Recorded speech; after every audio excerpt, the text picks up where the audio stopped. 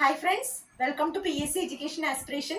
ഇന്നത്തെ ക്ലാസ്സിൽ നമ്മൾ പഠിക്കുന്നത് കുട്ടികളുമായി ബന്ധപ്പെട്ട ഏറ്റവും അത്യാവശ്യമായിട്ട് അറിഞ്ഞിരിക്കേണ്ട ചില നിയമങ്ങളും അതുപോലെ പോക്സോ ആക്ട് എന്താണ്, ദേശീയ ബാലാവകാശ കമ്മീഷൻ, സംസ്ഥാന ബാലാവകാശ കമ്മീഷൻ എന്നിവയാണ്. പോകാൻ ക്ലാസ്സിലേക്ക്. ആദ്യമായി UN ബാലാവകാശ കൺവെൻഷനിൽ ഇന്ത്യ ഒപ്പുവെച്ച വർഷം ഏതാണെന്ന് അങ്ങ് ബൈഹേർട്ട് ചെയ്ത് പഠിച്ചു വെച്ചേക്കുക. 1992 ഓർത്ത് വെച്ചേക്കുക. UN ബാലാവകാശ കൺവെൻഷനുമായി ബന്ധപ്പെട്ട് ഇന്ത്യ അതിൽ സൈൻ ചെയ്ത വർഷമാണ് 1992. ഇനി നമുക്ക് പഠിക്കേണ്ടത് കുട്ടികളുമായി ബന്ധപ്പെട്ട ഏറ്റവും അത്യാവശ്യം അറിയേണ്ട കുറച്ച് വർഷങ്ങളാണ്. അതുപോലെ തന്നെ ചില നിയമങ്ങളുമാണ്. ആദ്യം ഫാക്ടറീസ് ആക്ട് മറക്കാതെ പഠിച്ചു വെക്കുക. ഫാക്ടറീസ് ആക്ട് പാസാക്കിയ വർഷമാണ് 1948. ഫാക്ടറീസ് ആക്ട് 1948, സ്വാതന്ത്ര്യം കിട്ടി ഒരു വർഷത്തിന് ശേഷം. സെക്കൻഡ് വൺ മൈൻസ് ആക്ട്, മൈനിങ്ങുമായി ഖനനം ചെയ്യലുമായിട്ട് ബന്ധപ്പെട്ട് ഖനികളുമായി ബന്ധപ്പെട്ടുള്ള നിയമമാണ് മൈൻസ് ആക്ട്. മൈൻസ് ആക്ട് പാസ്സാക്കിയത് 1952. മൈൻസ് ആക്ട് പാസ്സാക്കിയത് 1952.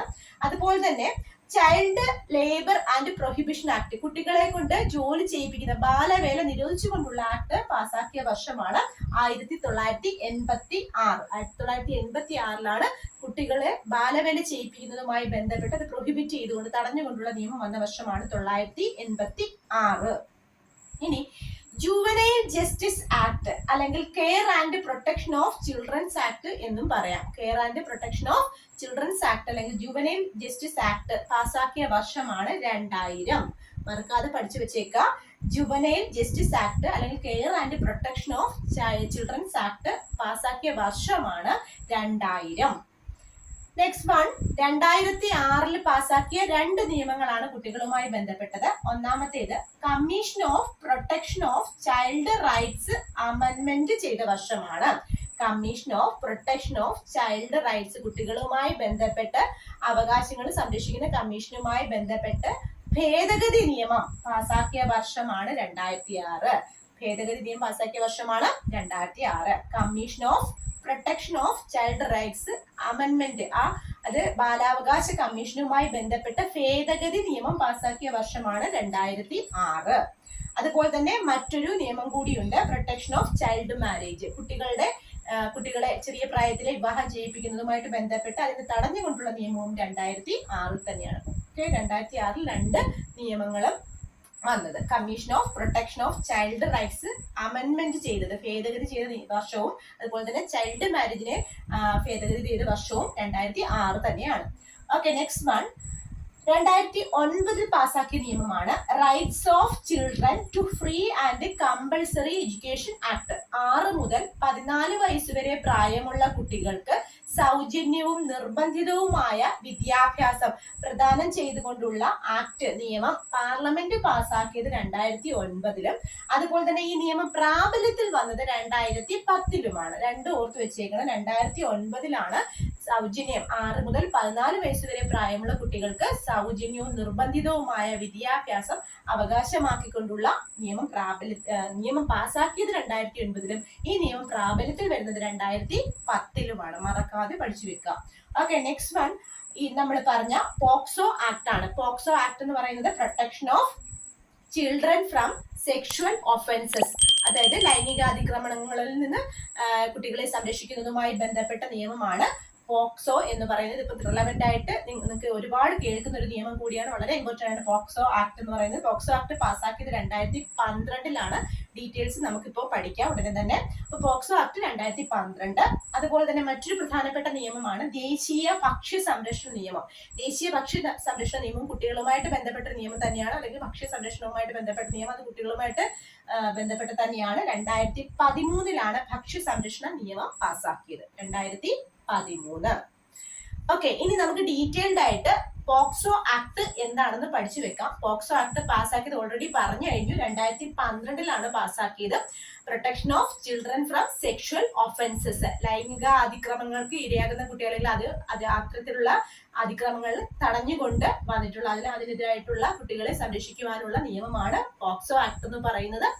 അപ്പൊ ഈ പോക്സോ ആക്ട് പ്രസിഡന്റ് സൈൻ ചെയ്തത് 2012 June 19. POCSO act president sign ചെയ്തത് 2012 ജൂൺ 19. ഇനി പോക്സോ ആക്ട് നിലവിൽ വന്നത് 2012 നവംബർ 14. അത് ഓർത്തു വെക്കുക എളുപ്പമാണ്. നവംബർ 14 എന്ന് പറയുന്നത് കുട്ടികളുടെ ദിനമാണല്ലോ, അപ്പോ ശിശുദിനമാണ്. അപ്പൊ അത് വെച്ചിട്ട് ഓർത്ത് വെച്ചാൽ മതി. 2012 തന്നെയാണ്, പക്ഷെ ഡേറ്റും കൂടി ഓർത്ത് വെച്ചേക്കുക, നവംബർ 14. ജൂൺ 19 പ്രസിഡന്റ് സൈൻ ചെയ്യുന്നു, പക്ഷെ നിലവിൽ വരുന്നത് November 14.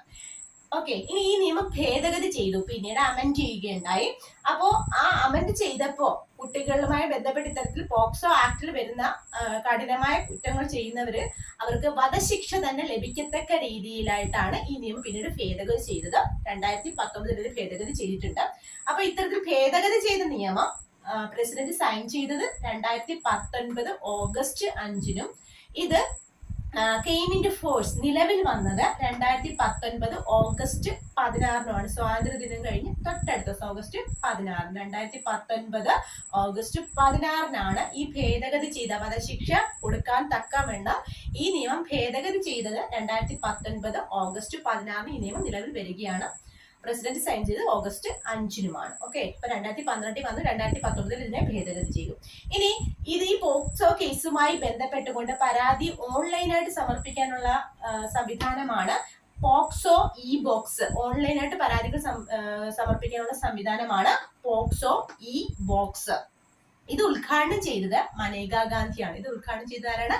Maneka ഗാന്ധിയാണ് POCSO E box എന്ന ഓൺലൈൻ പരാതി സംവിധാനം ഉദ്ഘാടനം ചെയ്തത്. ഇനി നമുക്ക് എല്ലാവർക്കും അറിയാവുന്നതാണ്, ചിൽഡ്രൻ മായിട്ട് ബന്ധപ്പെട്ട helpline, toll free helpline number ഉണ്ട്. കുട്ടികളുമായി ബന്ധപ്പെട്ട ഇത്തരത്തിൽ എന്തെങ്കിലും കുറ്റകൃത്യം കണ്ടു കഴിഞ്ഞോട്ടെ തന്നെ അറിയിക്കാനുള്ള ടോൾ ഫ്രീ നമ്പറാണ് 1098. 1098 മറക്കാതെ പഠിച്ചു വെച്ചേക്കുക. ഇത് പ്രീവിയസ് ക്വസ്റ്റ്യൻ ആണ്, ഇത് പലതും പ്രീവിയസ് ക്വസ്റ്റ്യൻ ആണ്. ഓക്കെ, ഇനി നമുക്ക് ദേശീയ ബാലാവകാശ കമ്മീഷൻ, അതുമായി ബന്ധപ്പെട്ട ഏറ്റവും ഇമ്പോർട്ടന്റ് പോയിന്റ്സ് ആണ്. ഒന്ന്, ദേശീയ ബാലാവകാശ കമ്മീഷനുമായി ബന്ധപ്പെട്ടുകൊണ്ട് നിയമം പാസാക്കിയ വർഷമാണ് 2015. ഓക്കെ, ദേശീയ ബാലാവകാശ കമ്മീഷനുമായി ബന്ധപ്പെട്ട നിയമം പാസാക്കിയ വർഷമാണ് 2015. ഈ നിയമം പ്രാബല്യത്തിൽ നിലവിൽ വന്നത് 2017, 2 വർഷം കഴിഞ്ഞാണ്. ഓക്കെ, നിയമം വരുന്നത് ആദ്യം പാർലമെന്റ് പാസാക്കി, അത് കഴിഞ്ഞ് 2 വർഷം കഴിഞ്ഞിട്ടാണ് ഇത് നിലവിൽ വരുന്നത്.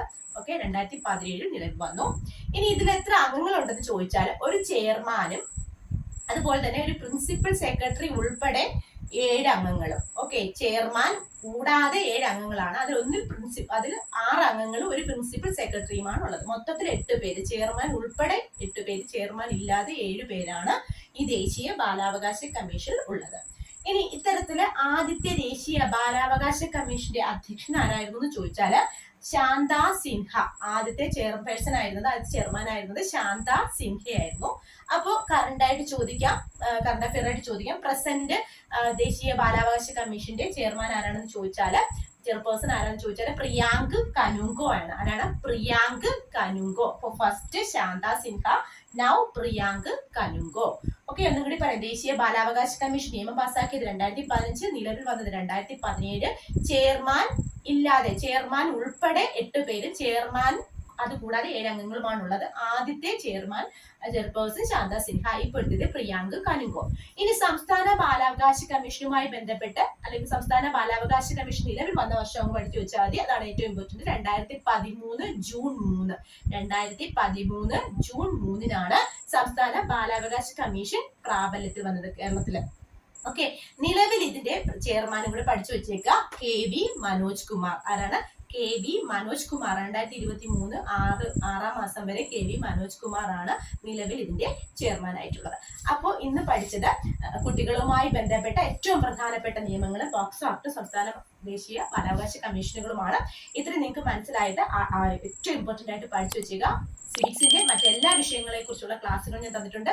അത് ഞാൻ താഴെ ഡിസ്ക്രിപ്ഷൻ ബോക്സിൽ അതിന്റെ ലിങ്ക് കൊടുത്തേക്കാം. ഡീറ്റെയിൽഡ് ക്ലാസ്സുകൾ അവിടെ നോക്കി പഠിക്കുക. Thank you so much.